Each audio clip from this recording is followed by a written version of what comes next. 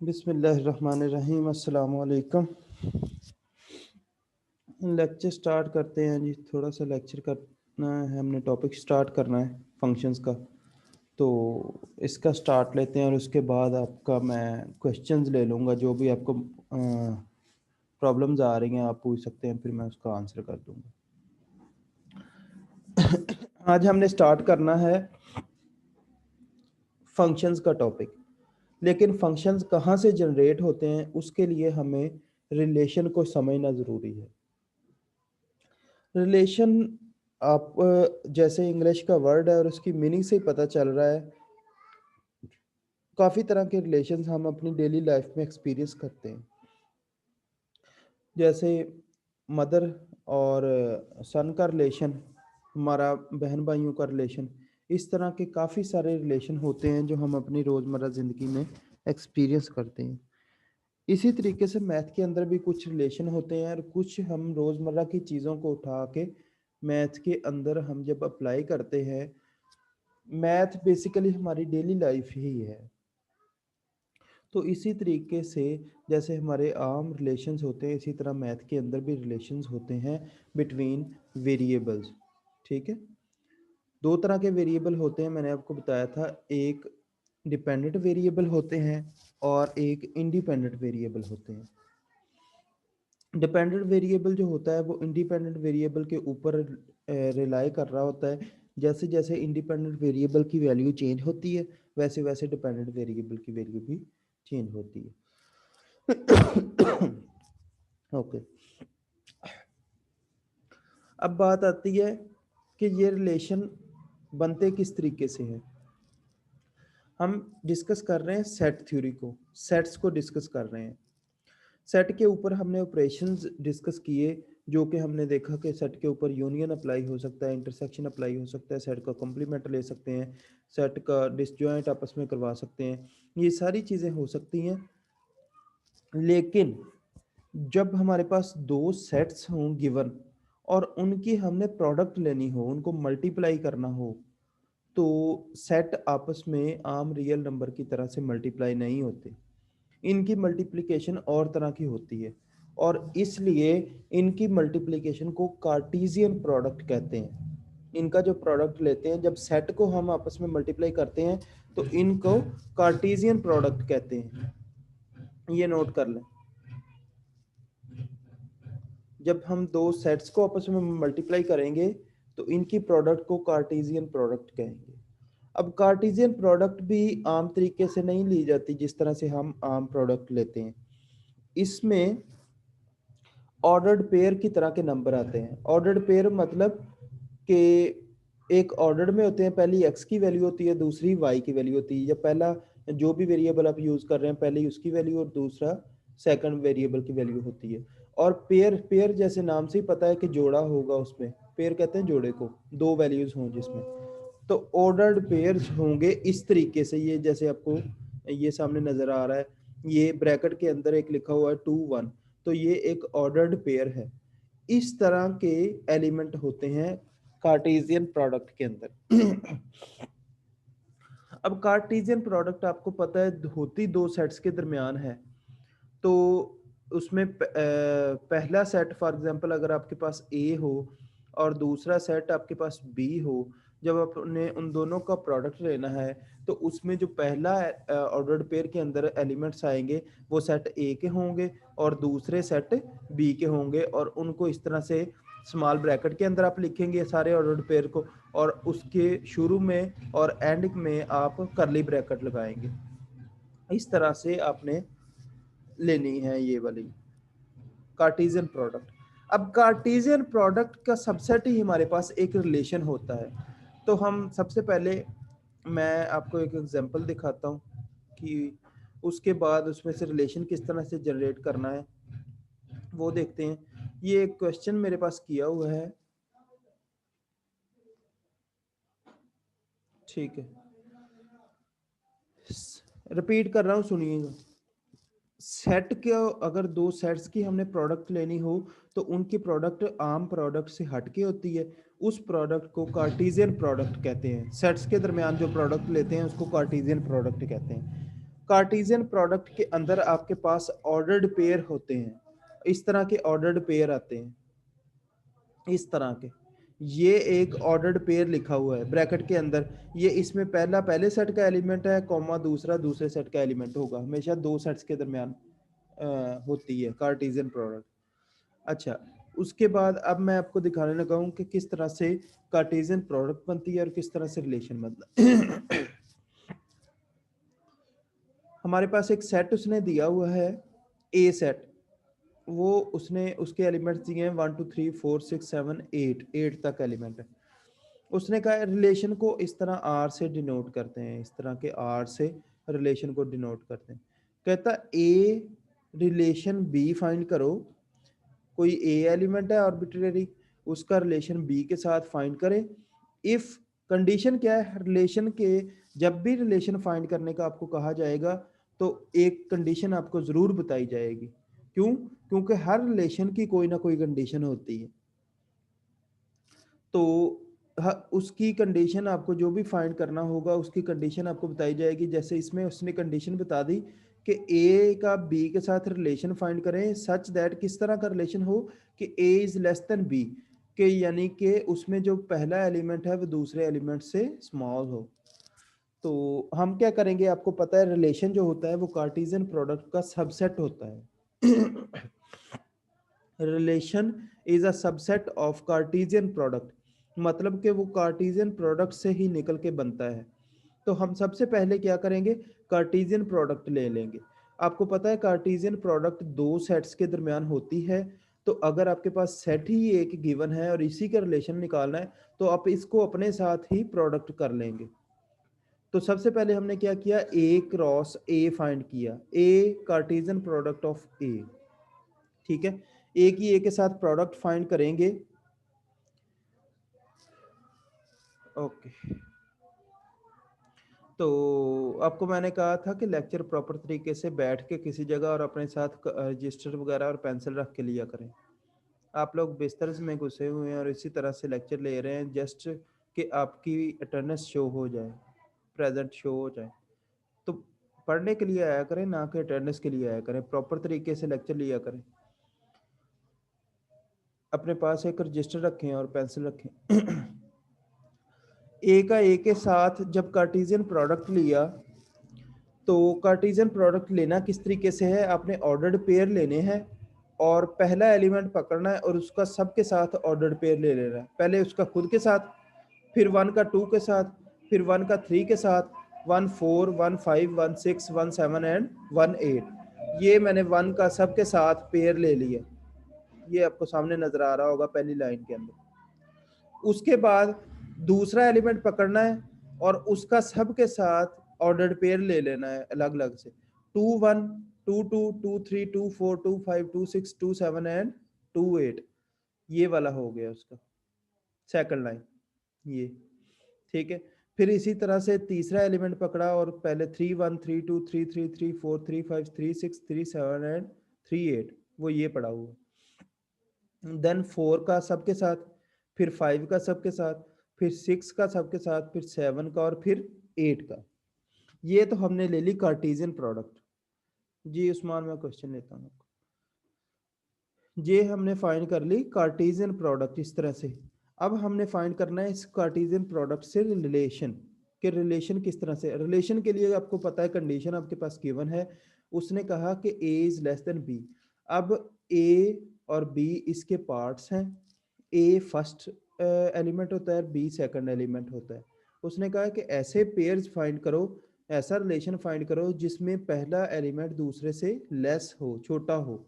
तो देखें 1 1, ये तो दोनों इक्वल है इसलिए ये पेयर रिलेशन में नहीं आएगा। 1 2, इसमें देखें पहला एलिमेंट दूसरे एलिमेंट से स्मॉल है तो ये रिलेशन में आ जाएगा।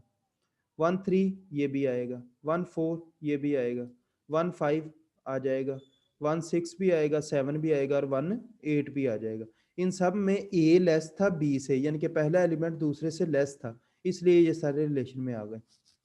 2 वाले देख लो, 2 1 नहीं आ सकता क्योंकि पहला दूसरे से बड़ा है, 2 2 नहीं आ सकता, 2 3 आएगा, ठीक है, ये लिखा हुआ है 2 3। फिर 2 4 भी आएगा, 2 5 भी आएगा, 6 भी आएगा, 2 7 एंड 2 8, 2 8 तक आ गए यहाँ तक।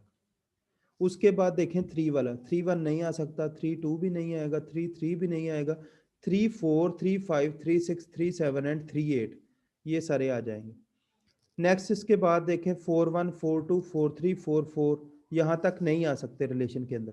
ये आ सकता है इसमें 4 is less than 5, 4 is less than 6, 4 is less than 7 and 4 is less than 8, तो ये चारों आ जाएंगे।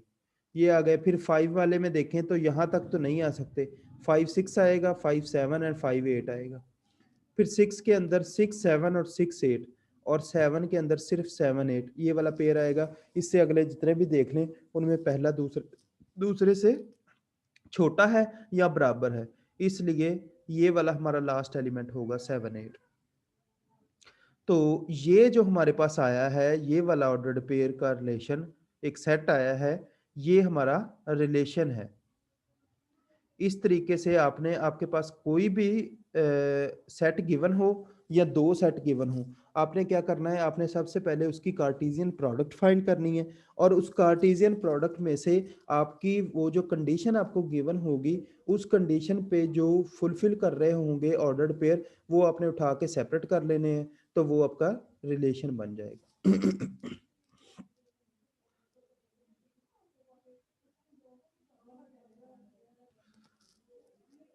जी, आवाज का आपके सिग्नल का इशू होगा, बाकी सबको तो आ रही है। अच्छा, ये हो गया जी रिलेशन का। इसी तरीके की एक और एग्जांपल आपको उधर से समझा देता हूँ, मजीद क्लियर हो जाएगा। देखें,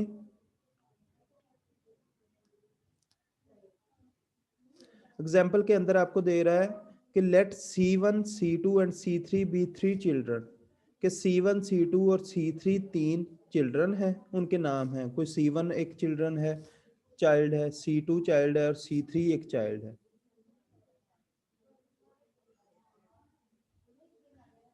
कार्टेशियन नहीं, कार्टेशियन होता है, Cartesian CARTESIAN, Cartesian product. Cartesian product भी एक सेट ही होता है, लेकिन कार्टेशियन प्रोडक्ट के सेट के अंदर आम एलिमेंट नहीं आते 1 2 इस तरह के, उसके अंदर ऑर्डर्ड पेयर आते हैं इस तरह के। जो हमारा नॉर्मल सेट होता है उसके अंदर इस तरह के अगर एलिमेंट आते हैं, लेकिन जो कार्टेशियन प्रोडक्ट होता है उसके अंदर हमारे इस तरह के ऑर्डर्ड पेयर आते हैं। तो ये फर्क है दोनों के अंदर। ओके, अच्छा, एग्जांपल देखिए नेक्स्ट, के C1 C2 और C3 कोई से तीन चाइल्ड हैं, and M1 M2 be two man, a M1 और M2 दो आदमी हैं, जिन एक का नाम M1 है और एक का M2 है। That father of both C1 C2 is M1, कहता कि C1 और C2 का फादर जो है वो M1 है, और C3 का फादर जो है वो M2 है।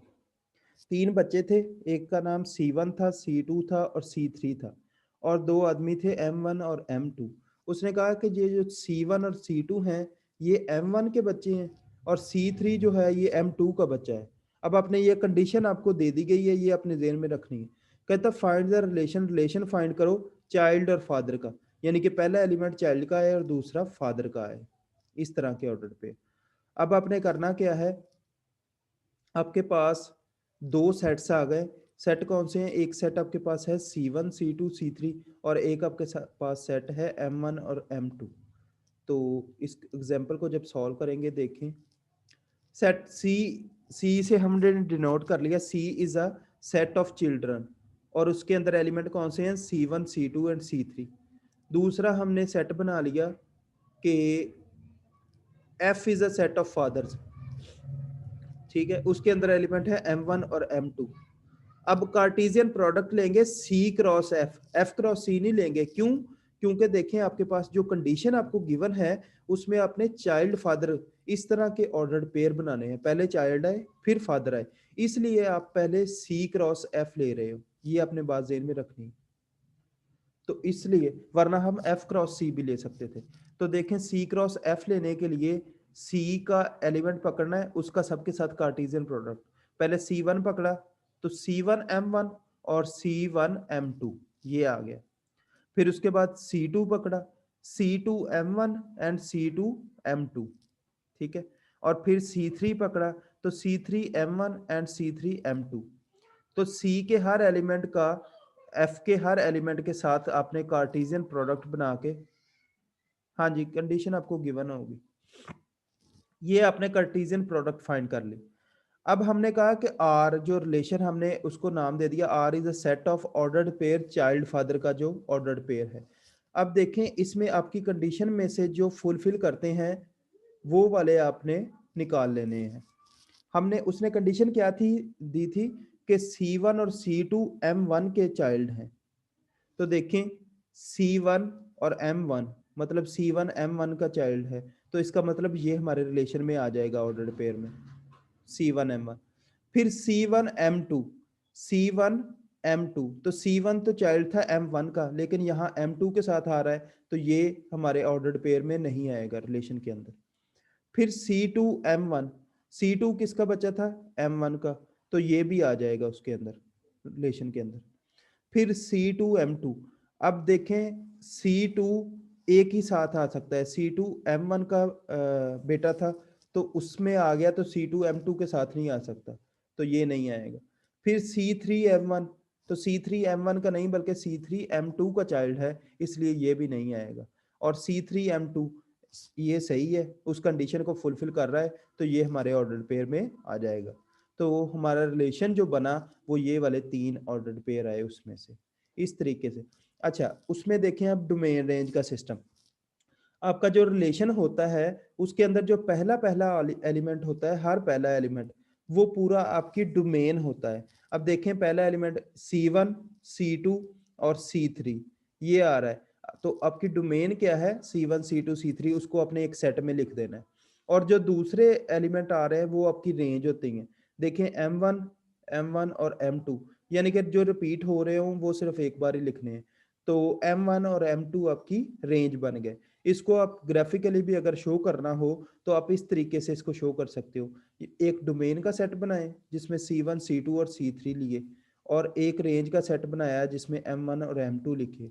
अब जो जिस पे मैप हो रहा है, देखें C1 का रिलेशन है M1 के साथ, तो C1 से M1 की तरफ एक एरो रिलेशन बना दिया। फिर C2 का रिलेशन भी M1 के साथ है, तो C2 को भी M1 से रिलेट कर दिया इस तरह एरो से। और C3 रिलेट कर रहा है M2 के साथ, तो C3 को M2 से रिलेट कर दिया। तो इस तरीके से आपने रिलेशन जनरेट करने हैं। नीचे एक एग्जांपल और गिवन है, और इसके अलावा और भी क्वेश्चंस होंगे जो मैं आपको प्रैक्टिस के लिए सेंड करूंगा। तो इस तरीके से ये आपने करने हैं, ये और भी गिवन है। इसको रिपीट कर लें दोबारा से, कई को समझ नहीं लगी कि उसने आपको क्वेश्चंस के अंदर दिया था,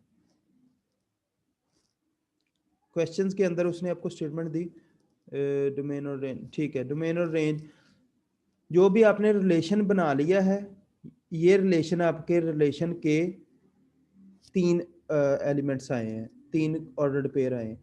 उनके अंदर ऑर्डर्ड पेयर के अंदर जो पहला एलिमेंट होगा ना, पहला पहला सारे ऑर्डर्ड पेयर का पहला एलिमेंट, अगर किसी में रिपीट हो रहा है तो रिपीट को 2 बार नहीं गिनना, एक बार ही गिनना है। जो पहला पहला एलिमेंट होगा उसको अगर एक सेट में लिख दें, वो आपकी डोमेन होती है, और जो दूसरा एलिमेंट होता है वो आपकी रेंज होती है। इसी तरीके से जैसे हमने पिछला ये क्वेश्चन किया, तो इसके अंदर हमारा रिलेशन आया ये वाला। इसमें देखें पहला एलिमेंट 1, ये रिपीट हो रहा है तो इस 1 को एक दफा ही गिने। फिर 2 आ रहा है, फिर 3 आ रहा है, फिर 4 आ रहा है, उसके बाद 5 आ रहा है, 6 आ रहा है और 7 आ रहा है। तो इसका मतलब इस रिलेशन की डोमेन क्या है? 1 से लेके 7 तक। और रेंज क्या है? रेंज 2, 3, 4, 5, 6, 7 और 8।